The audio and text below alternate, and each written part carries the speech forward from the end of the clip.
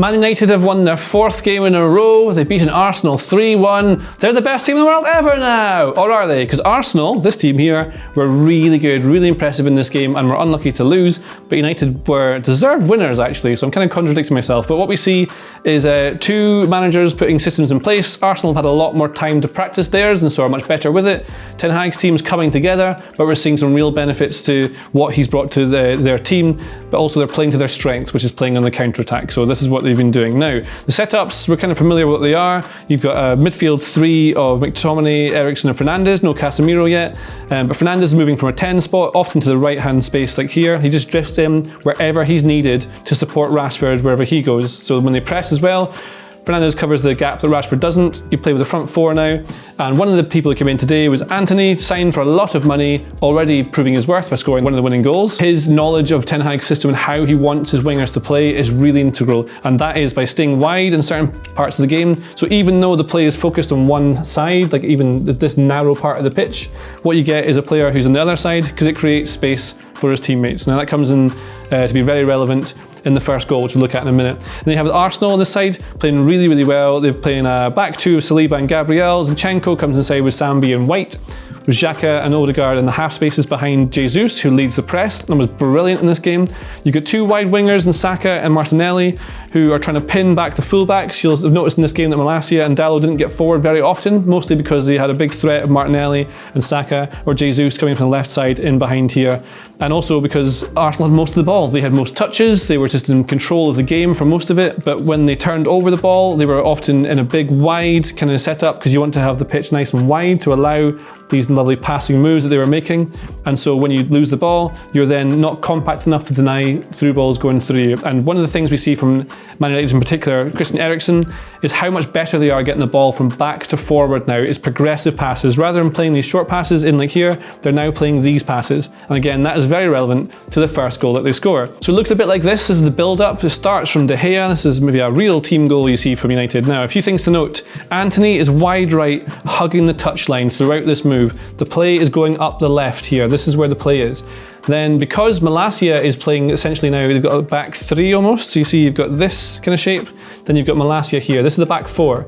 But because he goes to this position on the wide space, it means Sancho moves inside from the wide space to the half space alongside Rashford and Fernandes, who's floating around here. Normally number 10 around here, he's actually floating around, making sure no one's dealing with him because Xhaka is pushed up to deal with McTominay. Nothing wrong in any of the setup whatsoever from Arsenal. And so the ball moves out from Martinez over here to Malacia, and then what you see is a simple bit of basically small-sided training game.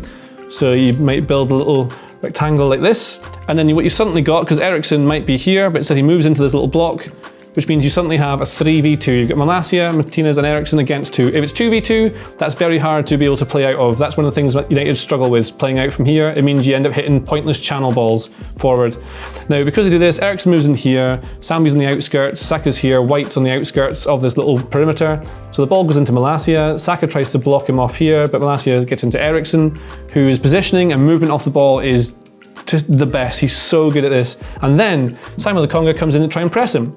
But Eriksen is one step ahead, and what Eriksen does is turn and hits this brilliant pass from here into Fernandes, who has moved into space to be able to receive this. So this is what's happening now, is they're playing these long progressive passes. It's not Eriksen receiving it and playing it short to Fred, who comes in and plays it short to Dalot. That's not what's happening. The ball is now going from defense to attack really quickly. The ball goes into Fernandes. He then turns and Gabriel comes out to smash him, to stop him. Doesn't succeed. The ball drops out. Because Sancho has come in from a left side position because of the positioning of Malacia, that means that he is now here to be able to keep the move going.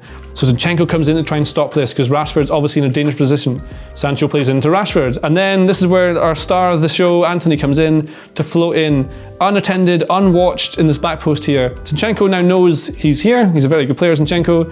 Rashford is trying to thread it through. Zinchenko, I think, thinks he's going to put it this side.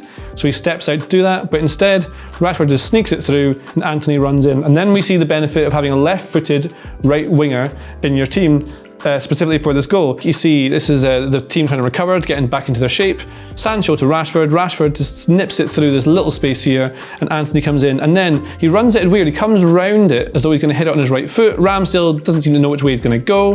If it's a right footer, your options are hitting at the near post, which is where Ramsdale seems to think he's going to go, or you get to blast it probably with a lot of power straight in a straight line across here. The angle of this is going to make that very hard. But because Antony's left-footed, he opens up his body completely, waits to see what Ramsdale does. He commits himself to this side, and then he curls it, opens up his body, and puts it in the left side. It's a brilliant finish, and that's how United take the lead. Now, Arsenal come back in the game after that. They were really good in this game, like we said. They had control of it. They were passing really well, lovely one-touch moves, two-touch passes, lots of movement off the ball. So another of the things Arsenal would do is kind of overload parts of the pitch. So you'd have like Xhaka and Odegaard here, maybe Sambi would join in. Another thing they do with the rotations is that if you have, say, Sambi and White, Saliba, this is like your back two and your back three, they would swap positions. So Zinchenko would sometimes go wide left, which would mean Xhaka would then cover this little bit here. Sometimes Zinchenko would go in the middle of the pitch, and then Xhaka would cover in this side. Sometimes Sambi would be covering here, like this. They're making sure they always have bits of the pitch covered. If White goes forward, then Xhaka would sort of watch out, or Sambi might drop in here. Basically, loads of positions on the pitch being covered by different players because they know the system inside out. This is a system they know how to play. Players know their roles and what positions need to be covered. Here, so what you had with Man United in this position for the goal they conceded was a very split centre-backs. McTominay is here and spots the danger, so drops in a little bit, which means Odegaard has time to turn, and then McTominay moves out to get close to him as they get themselves a bit closer. Now, Jesus has picked up a position wide left. He does this a lot, and it means that he can arrive in behind with a well-timed run to get in behind the defence, and this is what he does. So Odegaard has the ball here and sees Jesus make this run as the centre-back stops splitting and come together, and then does this lovely bit of skill. It's a double touch onto his left, onto his right. So left foot onto right, that wins him a tiny bit of space to ping this through ball into Jesus. Centre-backs come across, the ball drops, and then just like at the other end of the pitch with Man United, Saka's playing wide right, comes inside onto his left foot, and you get the finish. So when you get a left footer on that right side as an inverted winger, really important.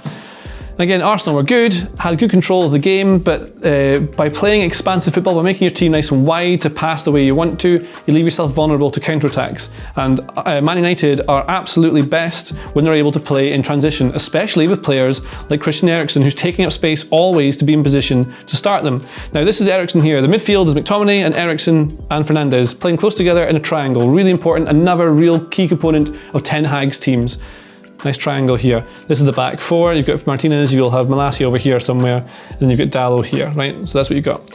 Ball comes into Eriksen from, I think McTominay plays it across here. Arsenal trying to press. Same thing, they've got like a front four trying to press here. I think Saka's over here, maybe off camera. But Eriksen receives the ball in space. Arsenal nowhere near close to him. It's a tiny bit of a switch off in concentration from them. And then plays the ball first time, no touch. That splits the midfield two of Zinchenko, because here you've got Sambi Lokonga playing at left back, and Zinchenko in midfield, constantly swapping. Odegaard's trying to help. The ball goes in here and breaks him. Then Fernandes receives it, here's the ball in, splits him in half. Zinchenko tries to deal with it, he can't. The back two of Arsenal here with Ben White joining in as a three, trying to get back. Because these two are deeper, Ben White has to keep running. It means Rashford's definitely going to be onside if he times his run right. Fernandes comes round and plays a brilliant pass outside of his foot that plays them in. Just playing to their strengths. This is what they're doing, playing to their strengths. Rashford better in transition, running through like here. And being able to go from back to front really quickly with these progressive passes, taking risks in possession. They're a much better team.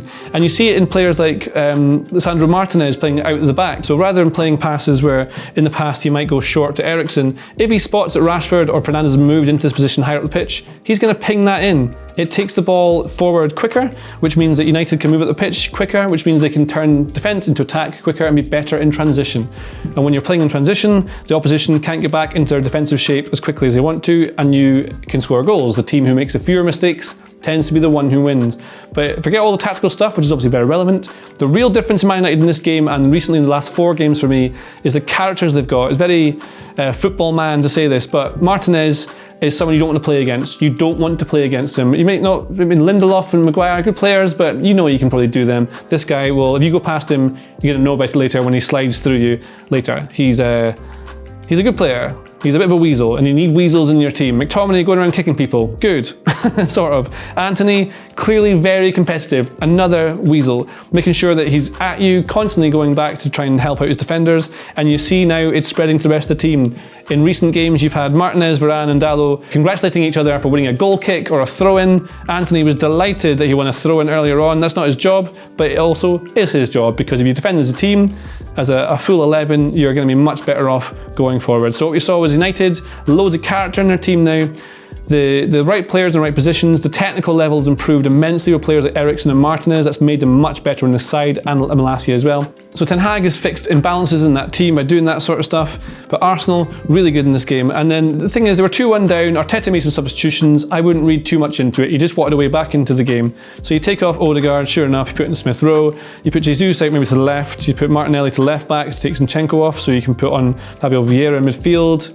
And you put Nketiah here. And the idea is that you can get Jesus and Nketiah as two central forwards. Martinelli is the left back here. You defend with a back three who covers it like this. And then you have your maybe 2 or 3 here.